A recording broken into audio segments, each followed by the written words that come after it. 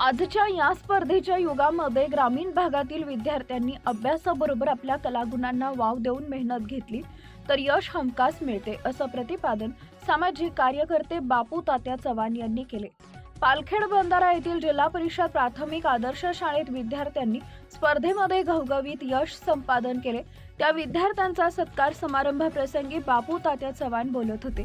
यावेळी प्रमुख पाहुणे म्हणून उपसरपंच बबलू गायकवाड, शालेय समिती उपाध्यक्ष लहानोबा, सदस्य धनराज महाले, संदीप पिठे, मुख्याध्यापक प्रवीण खैरनार आदी उपस्थित होते। नाशिक जिल्हा परिषद आयोजित अध्यक्ष चषक स्पर्धा 2025 ते 26 या शैक्षणिक वर्षातील दिंडोरी केंद्राच्या अध्यक्ष चषक स्पर्धा वलखेड इथं पार पडल्या। यावेळी दिंडोरी केंद्रातील 14 शाळेतील विद्यार्थ्यांनी आयोजित विविध स्पर्धेमध्ये सहभाग नोंदवला।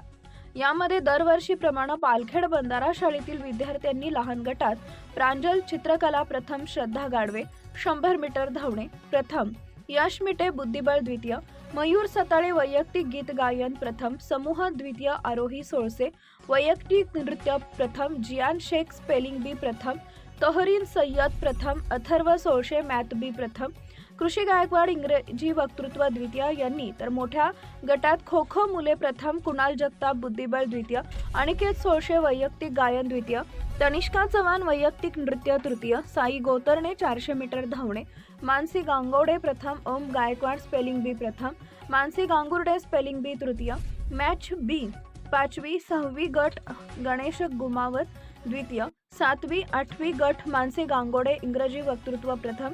या सर्व यशस्वी विद्यार्थ्यांचा मान्यवरांच्या हस्ते सत्कार करण्यात आला। यावेळी मुख्याध्यापक यांनीही मनोगत व्यक्त करून विद्यार्थ्यांचे व शिक्षकांचे कौतुक करून पुढील स्पर्धेसाठी शुभेच्छा दिल्या।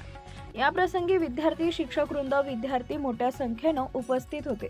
कार्यक्रमाचं सूत्रसंचालन अमोल पवार यांनी केले तर आभार संजय सोनवणे यांनी मानले। दिंडोरी वृत्तांत न्यूज कार्यकारी संपादक बापू चव्हाण।